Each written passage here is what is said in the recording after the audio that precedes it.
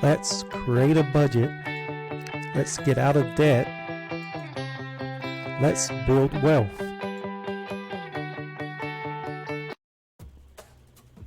Guys, welcome back to the channel. In this video, we're going to look at doing velocity banking with a credit card. The first thing you want to do is to write down all of your bills. You can write this down the old-fashioned way on a sheet of paper or some type of software like Microsoft Word or Excel.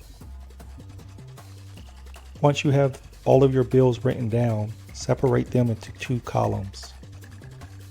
Those columns would be what cannot be paid with a credit card and what can be paid with a credit card. The things that can't be paid with a credit card are things like rent, and there are some cases where you can pay rent with a credit card, but you want to, usually that they charge a pretty big fee for that, so you want to avoid that. So I will always put rent into the cannot pay with credit card column, and then other things like mortgage and car payments will go there also.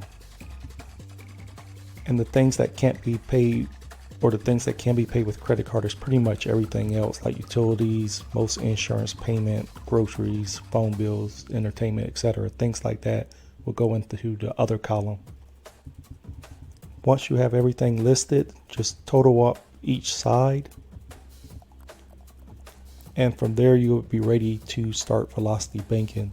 So to do velocity banking with a credit card, you'll pay everything that can be paid with the credit card. Use the credit card for that.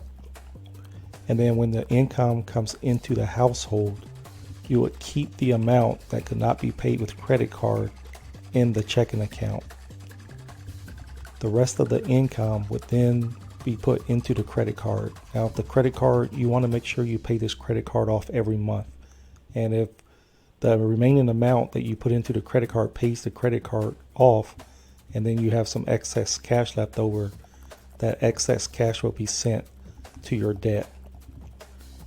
And there's different variations as far as the excess cash that's left over. You can build it up and then chunk at debt over time. That way you keep a little safety net, or you can send it straight to your debt. So guys, I would like to thank you for watching. Don't forget, if you haven't subscribed, to subscribe and hit the notification bell so you never miss a video. And if you found value in this video, as always, I would appreciate a thumbs up.